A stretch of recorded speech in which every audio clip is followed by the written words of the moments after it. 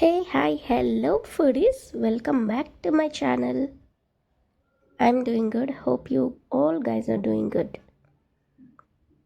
మన వీకెండ్ వచ్చేసింది కదా, శ్రావణ మాసం కూడా స్టార్ట్ అయిపోయింది.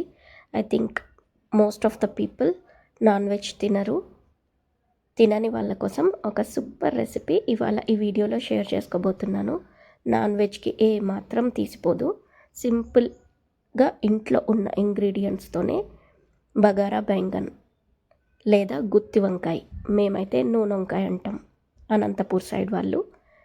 సో ఆ రెసిపీని ఇవాళ ఎలా చేయాలో సింపుల్గా ఒక 20 మినిట్స్లో అయిపోయేలా చూపిస్తాను, వచ్చేయండి. సో ముందుగా ఈ క్లిప్పింగ్లో చూపిస్తున్నట్టు కావాల్సినవన్నీ తీసుకొని ఉల్లిపాయ, వంకాయలు, టమాటాలు అన్నీ తీసుకొని శుభ్రంగా కడిగి పక్కన ఉంచుకోండి.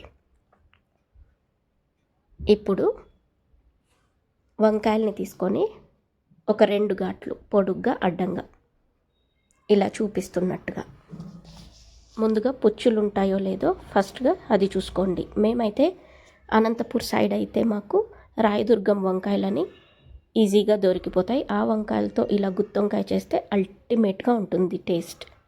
సో మీకు ఏ అవైలబుల్ ఉంటే అదే తీసుకోండి. కాకపోతే ముళ్ళు ఉంటాయి చూడండి, ఆ వంకాయలు దొరికితే మాత్రం అస్సలు మిస్ చేయొద్దు. అవే తీసుకొని దాంతోనే రెసిపీ స్టార్ట్ చేసుకోండి. అండ్ చూసారా, ఫస్ట్ కోసిన వంకాయలోనే పురుగు వచ్చేసింది. సో జాగ్రత్తగా కట్ చేసుకునే ముందు ఒకసారి చూసి కట్ చేసుకోండి, ఓకేనా. ఇప్పుడు అన్నీ ఇలా ఒకదాని తర్వాత ఒకటి ఇలా 4 ముక్కలు వచ్చేటట్టుగా కొంచెం ఘాట్ పెట్టుకొని అలా వదిలేసేయండి.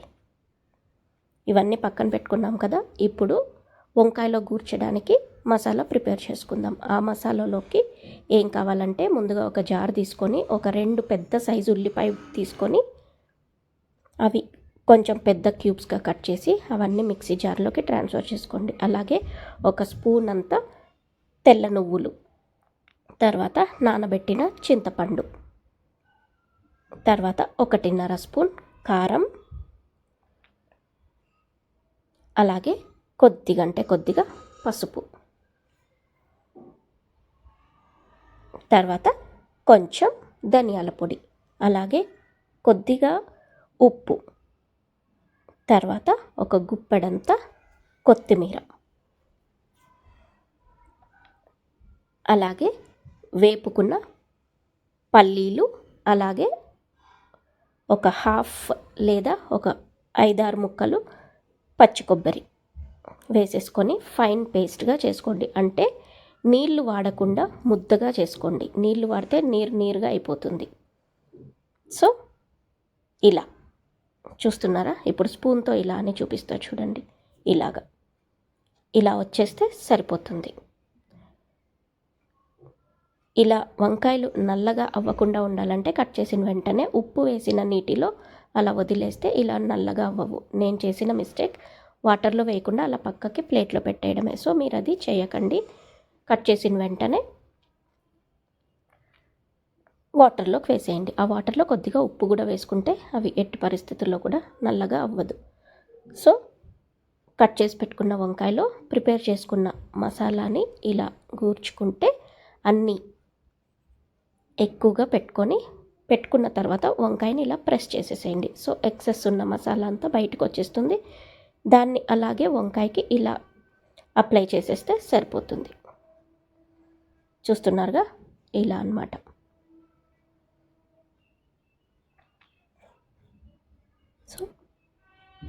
సో అంతా అయిపోయింది కదా. ఇప్పుడు నేనైతే డైరెక్ట్గా కుక్కర్లోనే రెసిపీని కుక్ చేసేస్తున్నాను. ముందుగా ఒక కుక్కర్ తీసేసుకొని అందులో నూనె ఎక్కువగా ఉండాలి. ఈ రెసిపీకి ఎంత ఎక్కువ ఉంటే అంత మంచిది, అంత టేస్ట్ కూడా వస్తుంది.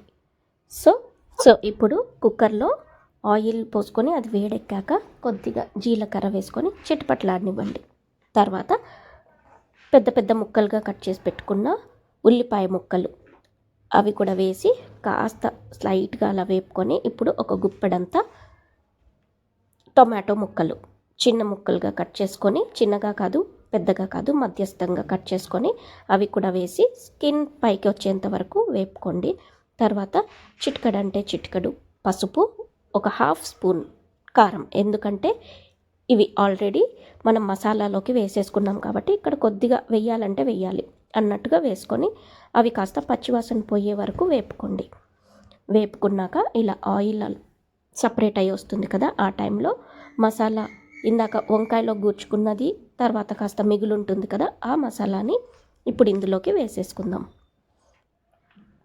వేసుకొని బాగా కలిపేసుకోండి. కలుపుకొని ఒక 5 minutes అలా వదిలేయండి.